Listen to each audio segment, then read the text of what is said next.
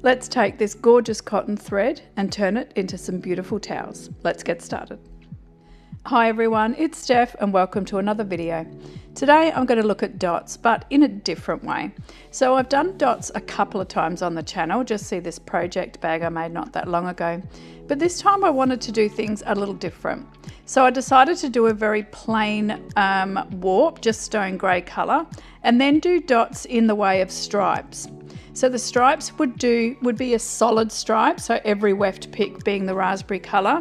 And then the next section, it would be every second pick the raspberry colour, and the next section would be every third pick the raspberry colour.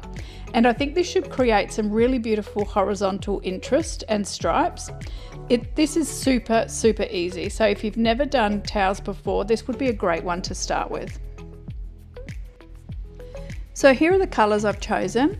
This is called Stone, and this is 8/4 cotton from Maurice Brassard, and this one is called Raspberry, which I think is Framboise. I hope I said that correctly.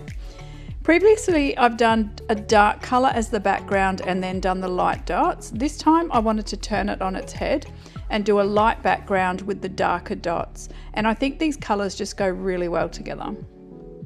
As you remember in the last video, I broke 2 of my plastic ties on my apron rod.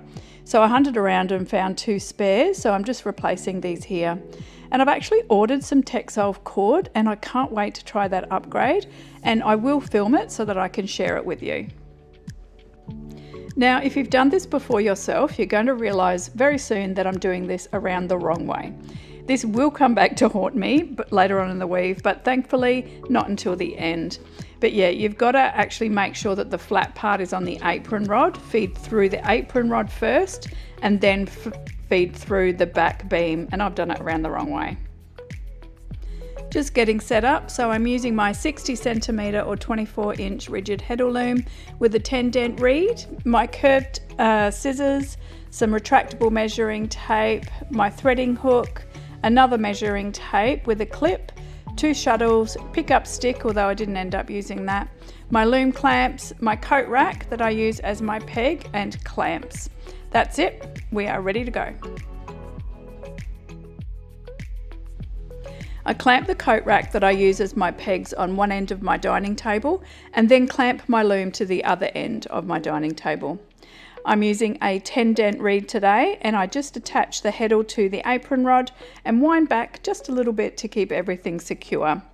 I then clean up any leftover thread from the previous project and place my yarn on the floor.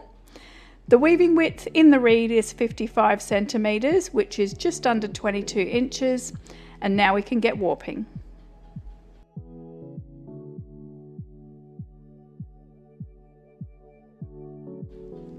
This is by far the easiest and quickest warp that you will ever do on a rigid Heddle loom.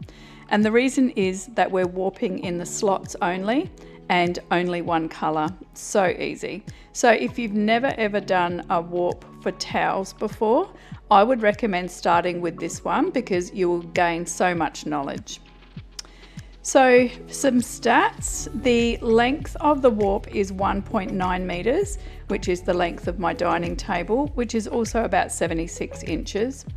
And as always, we'll be weaving 2 towels, which are 80 centimetres each or 31.5 inches each. I started and finished this warp, I would say, in under 30 minutes. It was so quick. It's one of the fantastic things about a rigid Heddle loom is how quick you can actually warp up and get started. It was super quick and super easy, and sometimes I forget just how easy it is warping up with just one colour.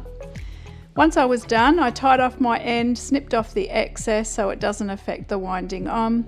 I then unhooked my heddle from the apron rod and unclamped the loom from the table. I just wound on just a little bit, and then when you wind on, just hold both ends of the rigid Heddle to keep that warp nice and straight towards the pegs. I then slotted in some brown paper, which is what I use as the warp separator. I am going to try some different things as warp separators, which I know a lot of you have suggested sometime this year. Anyway, I wind on direct towards the pegs, pulling back slightly to keep everything straight, and then I'm ready to pop it straight onto my stand and start with the threading.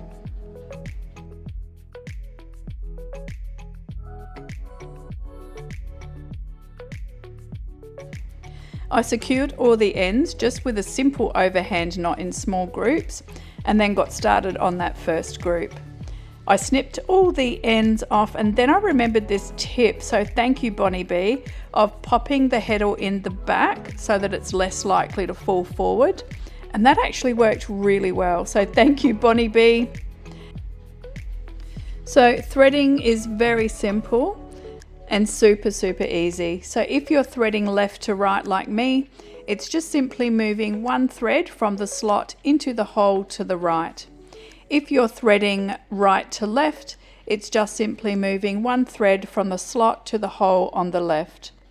As I went, I grabbed groups of 8 threads and just knotted them down the bottom, trying to get the knots all roughly in the same place, because that makes it really easier when you're spreading your warp. And then I was ready to tie on. To tie on, I use scrap yarn that's about 4 to 5 times the width of the loom, and I wind about half of it up into a yarn butterfly just to make it a little bit easier to handle. Then I grab each group of 8 threads, divide in half, drop the yarn through the top and then around the bottom of the apron rod, and then continue that across all of the groups of threads. As I go, I like to tighten up. As you tighten up, the threads will loosen a little bit because they're becoming tighter around the back beam. So it's a really good idea to tighten up as you go, because that will really help with tension being perfect all the way through the weave right to the end. Once I've finished and I've got everything tied on and tightened, I then strum the warp at the back of the heddle, and this will tell me whether there's any slack areas or any areas that I might want to tighten up or even up before I tie that scrap yarn onto the apron rod. And remember, it doesn't need to be super tight, it just needs to be even tension. Now it's time to spread the warp. I like to do 3 picks of scrap yarn without beating, and then beat those 3 picks down quite firmly all the way to the knots down the bottom, and just making sure that you've got a nice straight even line down the bottom. Wind down a little bit because that tends to loosen up all the threads as well. I then repeat this to doing another 3 picks without beating, and then beat those 3 picks down again nice and firm all the way to where the other 3 picks are, and that's usually all I need to do to spread my warp. I then wind on just a little bit so I've got nice tight tension ready to weave. I wound 2 shuttles, one with the stone grey and then the other one with the raspberry, so that the main colour is going to be that stone colour, and then those few stripes are going to be with the raspberry colour. As always, this is my favourite part. Just being able to begin slows my heart rate and just makes me feel so calm and so relaxed and so in the moment. I really love weaving. It's something I could never imagine my life without, and I think it's all about just that rhythmic motion of throwing a pick, beating, throwing a pick, beating. That's so calming and relaxing.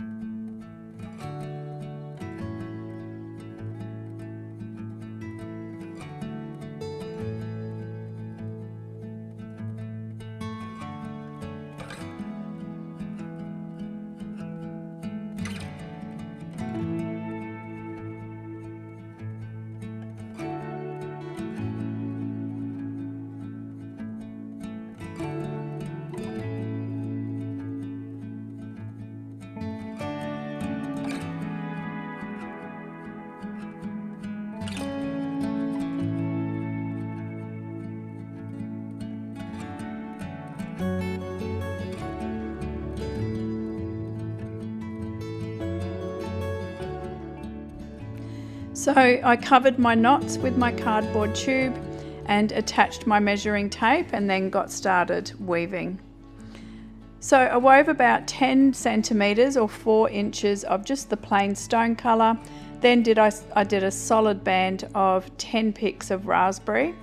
Then I did another 12 picks of grey, and then did alternating of the grey stone and raspberry for just over an inch worth, which I think was 6 picks of raspberry. Then another 12 picks of the plain stone grey, and then alternating 1 raspberry to 2 stone for the next strip. And I continued that pattern for the whole towel. After putting in 2 picks of the scrap yarn at the end of the first towel, when I got to 80 centimeters, I realized that I just didn't have enough of the stone grey left. So I rummaged in my stash and found this beige color. I think I can't tell if it's actually ivory or beige.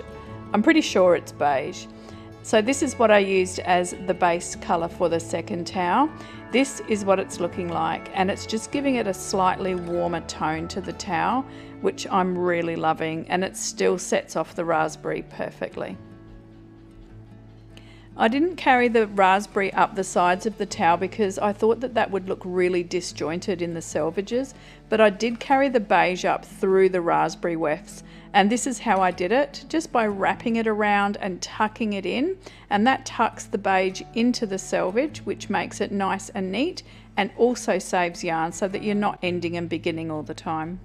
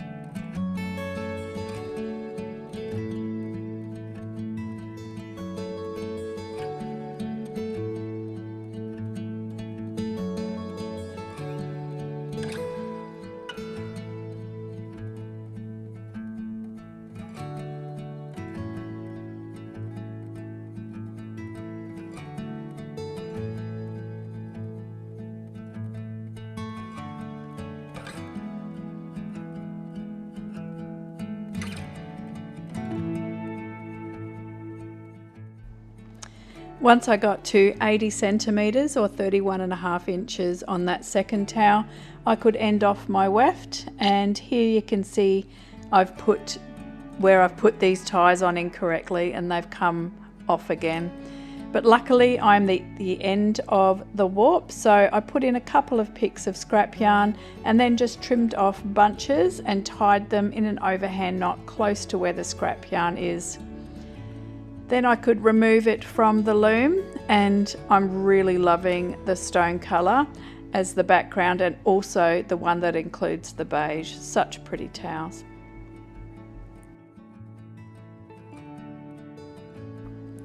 So I cut these from the loom and wet finished them in my washing machine with a bit of dish soap, and also popped them through the dryer so that they're pre-shrunk and ready to sew. Here I'm just showing you before I iron.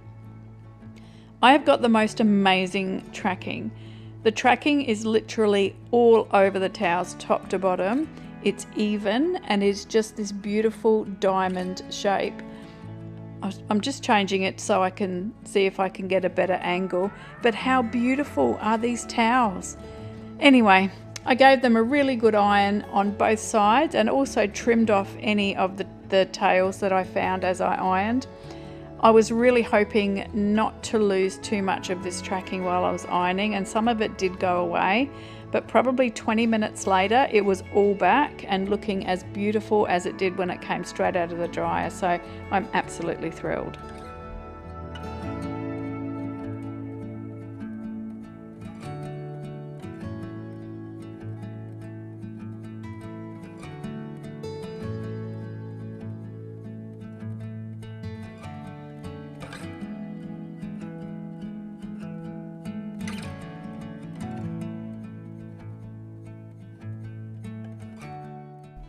So measurements after wet finishing, the towels ended up being just under 46 centimetres, which is around 18 inches, and we started with 55 centimetres.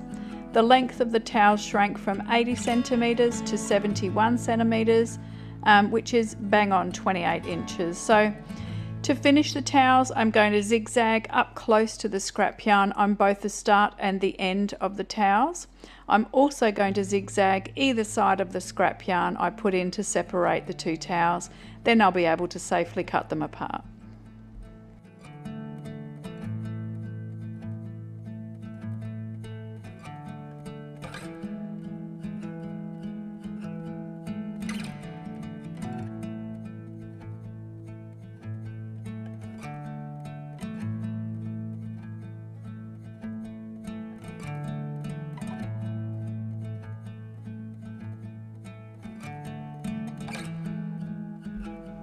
I'm including these handmade with love fabric strips, and I'm folding them in half so that I can include them in the hem. To hem the towels, I'm just folding the zigzagged edge up twice and pinning it in place. To find the center, I'm just folding the towels in half and marking the center with a pin, and that's where I can put my little fabric strips so that the towels can be hung up. And I'm just popping them into the hem here, and then they'll be caught in with the hem. To hem the towels, I'm just using a straight stitch on my sewing machine, and the towels are done. As always, thank you so much for watching. I appreciate you all. If you found value in this video, please click the like button. If you haven't already, please subscribe, and I'll see you all in the next one. There are 2 more left in this series.